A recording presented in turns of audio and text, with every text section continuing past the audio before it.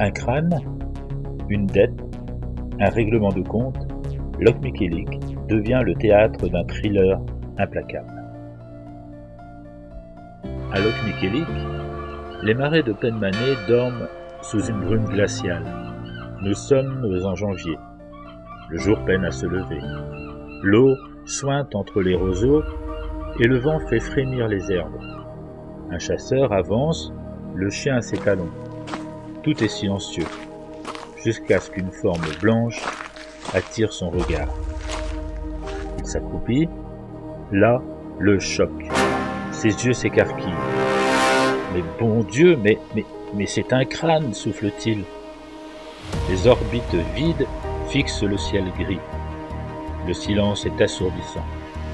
L'homme prend son téléphone et appelle la gendarmerie. Gendarmerie nationale, j'écoute. Quelques minutes plus tard, le marais grouille de gendarmes. Ruban de sécurité au vent, quadrillage minutieux, fouille, sondage, mais rien. Pas d'armes, pas de corps. Juste cette tête posée là, comme une énigme. Le crâne est envoyé au service médico-légal, et quelques jours plus tard, l'identité tombe. C'est un homme de 28 ans, originaire de la région parisienne, mêlé à des affaires de drogue. Une dette de 10 000 €, un règlement de compte probable. Dans les cafés de Lock Miquelic, de Port-Louis et de toute la rade de l'Orient, les rumeurs se propagent. Des voix chuchotent. Certains parlent d'histoires de voitures la nuit, de sacs échangés à la hâte, de coups de feu entendus au loin. Mais personne n'ose confirmer. Pourtant, une nuit, le téléphone du poste de la gendarmerie de Port-Louis sonne. Dans le couloir, tout est silencieux. Un officier décroche. Gendarmerie nationale, j'écoute. Écoutez bien. Vous cherchez le reste, n'est-ce pas? Le reste du corps. Il est vers le cimetière de bateaux, à la Nester, entre deux épaves. Vous trouverez ce qu'il manque, dit une voix glaciale. Le gendarme tente de répondre, mais la ligne grésille déjà. Attendez, qui êtes-vous? Comment savez-vous ça? Clic. Un clic sec. Plus rien. L'appel anonyme vient de lever un coin du voile et d'ouvrir une piste sanglante. Quelques mois plus tôt, dans une cave humide éclairée par une ampoule nue, 3 hommes se font face.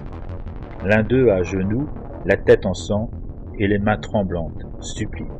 « Je vais rembourser, je vous jure, j'ai juste besoin de temps. » Un ricanement sec coupe la parole du pauvre malheureux. « Le temps, c'est fini. Tu ne comprends pas? Il faut un exemple. Un message, dit un individu d'un ton glacial. Une détonation claque, brutale. Le supplicié s'écroule sur le côté, l'air surpris. Puis alors les deux meurtriers s'activent. « Tiens-le plus fermement !»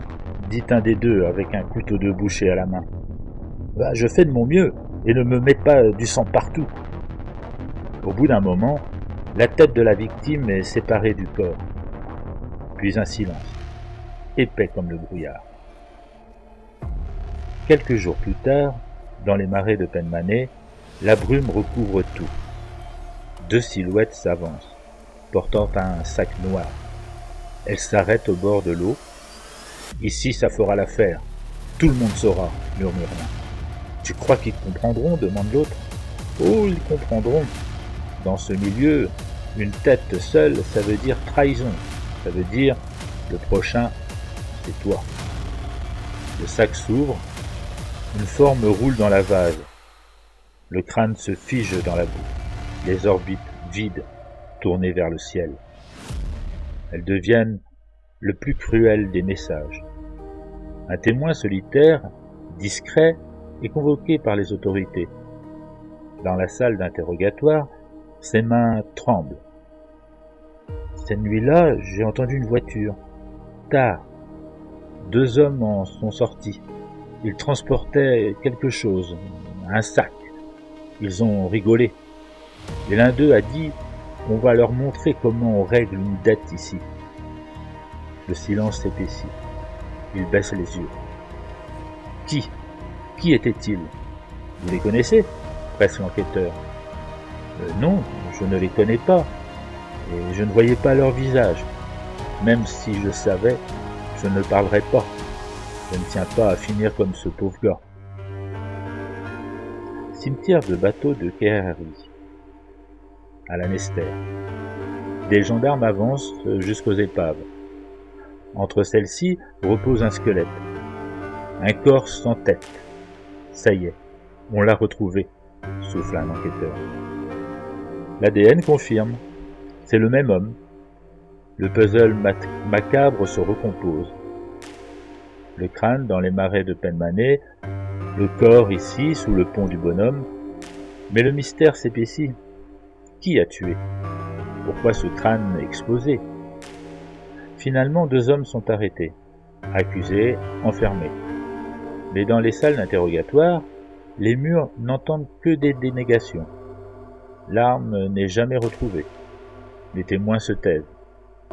On a des suspects, mais pas de coupable, confesse un enquêteur fatigué. Et sans coupable, on n'a pas d'histoire à raconter au juge. Les marais de Penmaney retrouvent leur calme.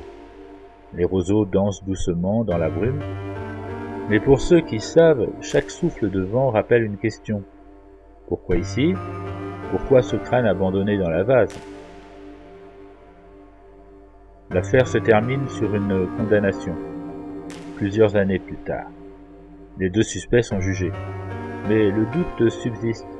Les juges eux-mêmes évoquent une vérité incomplète. La famille de la victime n'aura jamais toutes les réponses. Et les journaux en ont donné d'autres. Mais dans l'ombre, certains murmurent une version différente. Une dette, un piège, une exécution avec un message. Et pour qui? Aujourd'hui encore, on dit que les orbites vides du crâne fixent l'horizon, comme si elles attendaient qu'un jour, quelqu'un ose enfin raconter toute l'histoire, la vraie.